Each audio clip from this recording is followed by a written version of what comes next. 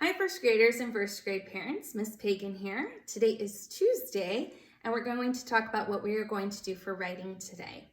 Yesterday, you started an opinion writing about your favorite parts of spring. So today, we are going to go ahead and finish writing our last two detail sentences and then wrapping up with our conclusion. So students should have out whatever paper they were writing on yesterday so they can go ahead and finish writing on that paper today. So yesterday, students wrote a topic sentence introducing their opinion that there are many parts of spring that they enjoy. Their first detail sentence was introducing one of the things that they liked about spring. They should have pulled that detail from their picture. Today, students will be writing their second detail sentence and third detail sentence, also based off some things that they drew in their picture about their favorite parts of spring. So we're going to go ahead and get started with detail 2.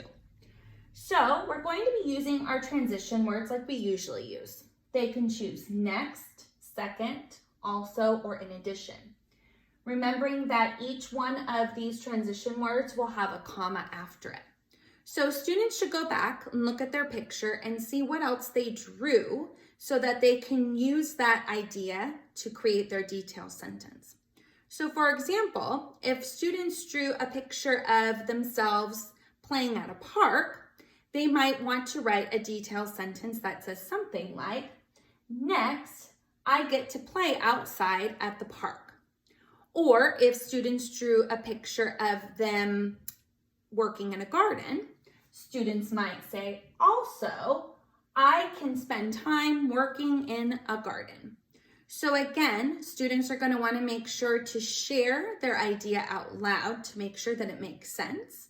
And then once they're ready to write, they will go ahead and write their sentence where they left off yesterday.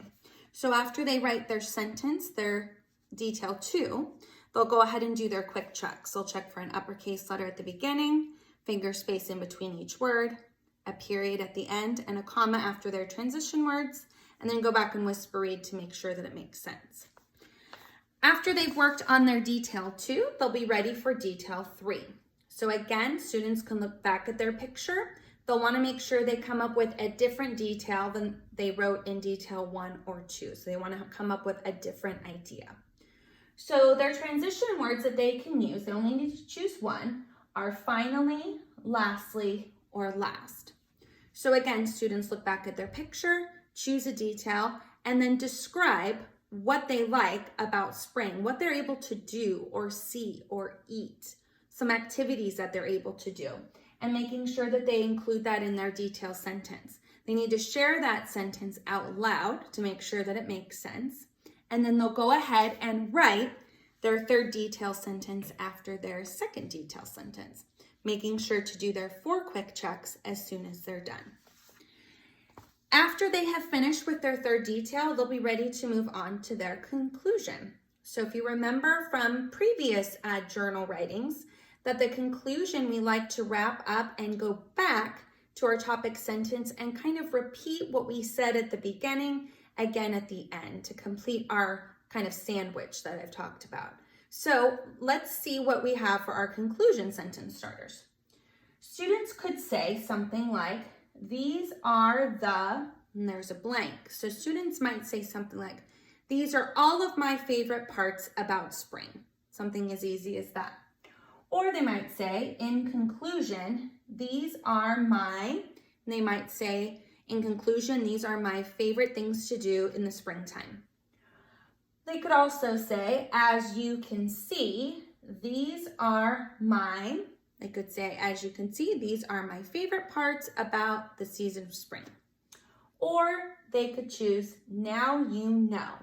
They could say, now you know all of the favorite things I like about spring.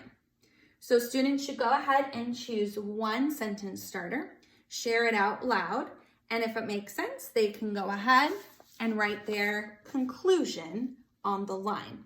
Because again, that conclusion is going back to kind of repeat what we said in the topic sentence.